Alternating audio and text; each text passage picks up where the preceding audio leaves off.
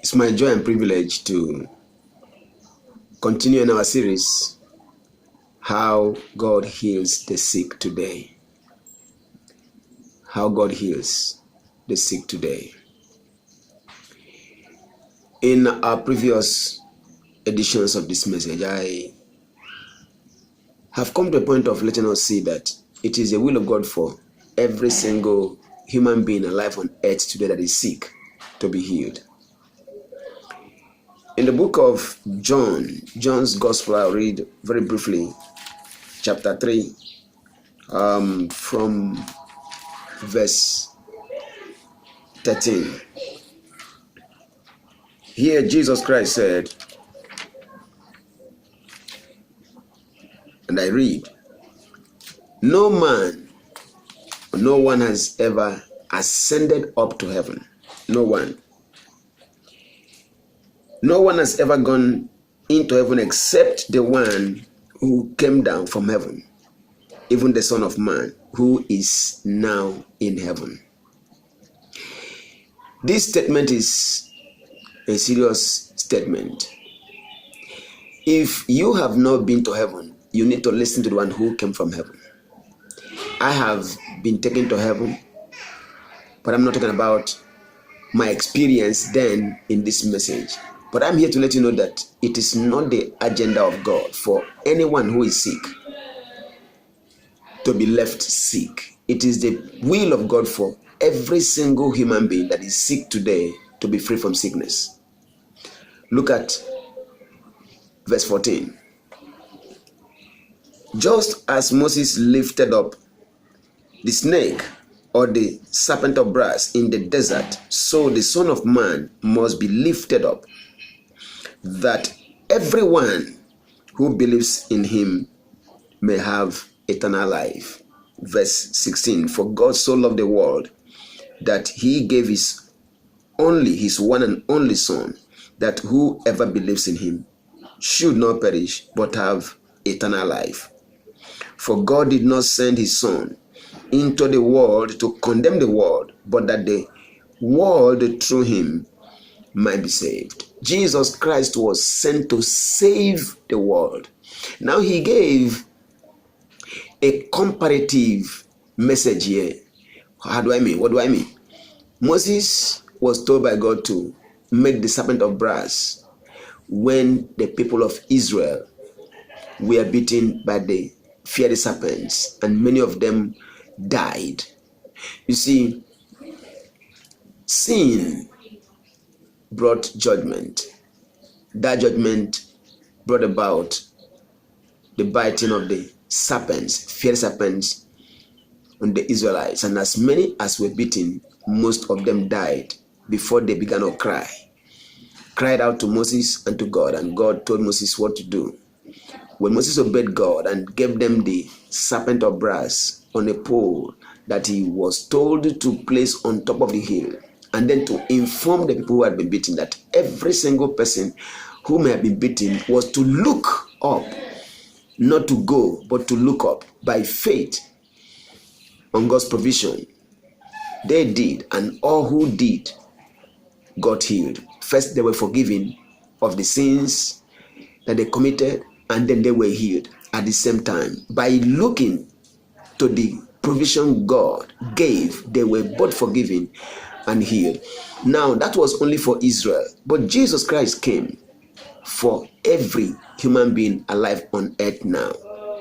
And as Moses was told to place the serpent of brass, a molded molten serpent of brass on a pole and placed on top of the hill, Jesus Christ had to go to the cross of Calvary for our sakes, so that every single human being who was born into this world and is sick,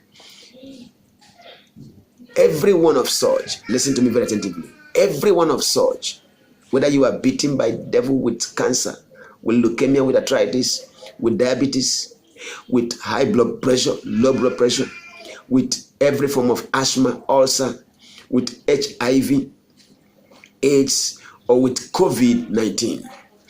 No matter the kind of sickness you have, if you can look up and see the provision of God that he has given to the world today, as he gave Moses the serpent of brass for Israel, everyone who will look and believe will not only be forgiven of every sin, but will be healed of every sickness. Just as Israel was forgiven of the sins they committed and then healed of the poison that the serpents injected into their bloodstream that led to the death of many. Many have died sick today. You know why? Because the simple message is not clear to them. God so loved the world, we are told, that he gave his only begotten son. And this son took our sicknesses in his body on the tree. And by the stripes he took, we have been healed. Also, he took our sins when he died. And because of the blood shed for our sins, we are forgiven. If you believe that God forgives sins, why is it difficult for you to believe that God heals the sick? If you're not going to go to any man to ask the man to die for you, or to pay any price for you, or to take sins away from you, why are you going to people for you to be healed? It is just because of our unbelief. Our unbelief due to the simplicity of the gospel. That is why many people have died and many people are still dying. But I'm saying with every sense of understanding that you don't need to die. God still heals. The question is, how does God heal? That is what I'm looking at. How does God heal? I want you to know that the greatest problem of the church and the world is not just how to be healed. It's not just that they want to be healed, is how they can be healed. That's the greatest problem. People don't know how God heals. That's why pastors are dying sick, bishops are dying sick, clergy, the laity, people of God are dying sick. Until you know how, you won't be free from the problem of sickness. And that is why we are looking at this. I don't know how many series we are going to do before we come to the, well, if I stop this series, it will be long. But I want you to know that every part of this series is important for you to listen to. Do yourself a favor. Get the series we've done so far. From where we are right now, this particular part 5, go back to and get part 1, part 2, part 3, part 4, and part 5, and then join them together with this one, and then move on from there. What am I saying? You don't have to die. You don't have to be sick at all. But if you don't know how God heals, you can suffer. How does God heal? I said before, and I want to say it again here, that for God's children who are committed to him and attend a living church, it is the will of God for you to be healed through hearing the word. Faith comes by hearing, and hearing by the word of God. And to everyone who believes, it is unto you according to your faith. In Matthew chapter 9, from verse 27, 2 blind men came to Jesus requesting for healing. He asked them, do you really believe I am able to do this? They say, yes, Lord, we believe. And he said to them, according to your faith, be it done for you. Receive your sight, and instantly they received their sight. Why did they believe? How did they believe? Because they have heard of what Jesus Christ did. That's chapter 9. Chapter 8, there was a story of people coming to Jesus Christ when he healed Peter's mother-in-law. And all that came, mind my word, all that came, he cast out the devils with a word and healed the sick. They have heard. They have heard. So when these two came, they heard also about how Jesus Christ set free the maniac in chapter 8 of the book of Matthew. They heard also of how Jesus healed the man who was a leper. Chapter 8, verse 1 to 3. They heard and they believed.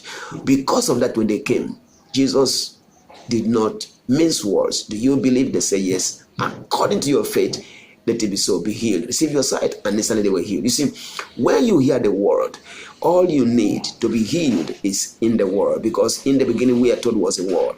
The word was with God. The same word was God. All things were made by the word. Human beings were made by the word. Your liver was made by the word. Your pancreas were made by the word. Your kidneys were fashioned by the word of God. Every part of you came into being because God spoke into dust, and every living organ in man came into being. Listen, God's word made man, and God's word can repackage man. That's why God tells us or told us and says to us every day. If you read the Bible, it's the same thing. In Proverbs chapter 4 from verse 20, my son, listen to my words. Incline your ears unto my sayings. Don't let my word depart from your eyes. Keep my words in the midst of your heart, for my words are life. Take note of that word. My words are life. to those that find my word and then hate all their flesh. Jesus speaking in John chapter 6 and verse 63 says, the word, it is the spirit that quickens, the flesh profits nothing. The words I speak to you, they are spirit and they are life. Anytime you receive the word, there is life in it that you receive. The spirit of God, the life of God is in the word. And when you have it, it brings about the incorruptibility of God into your personal life. And that sets you free from every sickness. For those Christians who cannot make it to the church and they are sick, it's a provision. They are to pray. James chapter 5 verse 13, is anyone merry or happy? Let him sing. That if you are free from sickness, sing. Many people who are sick are singing today. It's an error.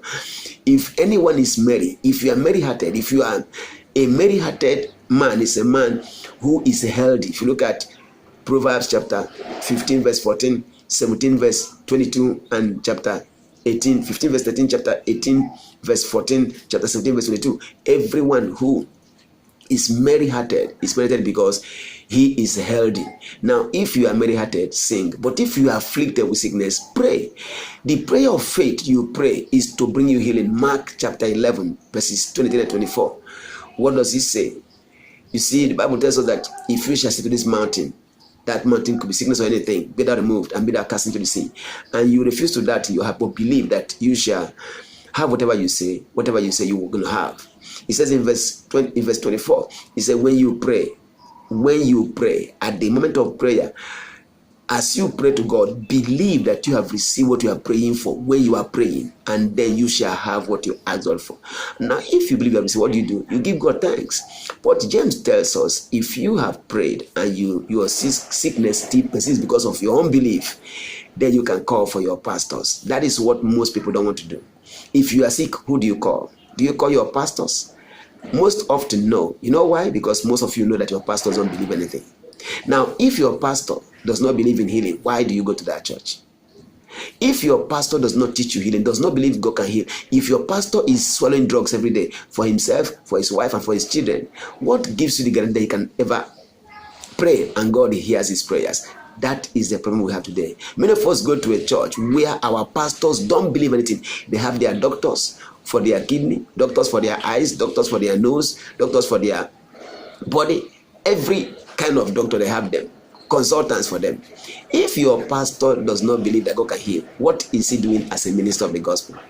You see, God's agenda is to make man, and God said in the beginning, let us make man in our image after our likeness. And God referred to himself, to his son, and to the Holy Spirit. Every one of the Godhead, they are 3 in 1, has a role to play. And when Jesus Christ came here, God the Father was with him. He came as the living word made flesh. He had the Holy Spirit in him. And this combination was the requirement for making man. Now, if we are pastors, God is our Father, we have God in us. We have the word in us, we have the Holy Spirit. We are also to partner with God in the making of man. And if we're not making man healthy, we are doing a wrong thing. We are not in ministry. We are there to make a living. And that's why many of us have died. That's many people have died because they know that their pastors don't believe anything. So they can't call them. But we are supposed to call for our pastors to come to our house. If we cannot get to the church, then when they come, they are to anoint us with oil in the name of the Lord. And they are to pray the prayer of faith over our lives. And the prayer of faith, we are told, will save the sick or heal the sick, and the Lord will raise him up. Even if he has committed sins, the sins shall be forgiven him. It is God's provision for the sick who cannot get to the house of God to be anointed with oil. Those who made their way to the church does not need oil. Please get me right. They only need to hear the word, believe, and say what God says, and they are free. If there's need, they can be laid hands upon by the ministers who believe, and there can be a transmission, because we are to give such as we have. You are not to give such as you were told or such as you think you have, but such as you have. I have not known sickness. There is no kind of sickness you have that I will lay hands on you and you will not be healed. There's no sickness.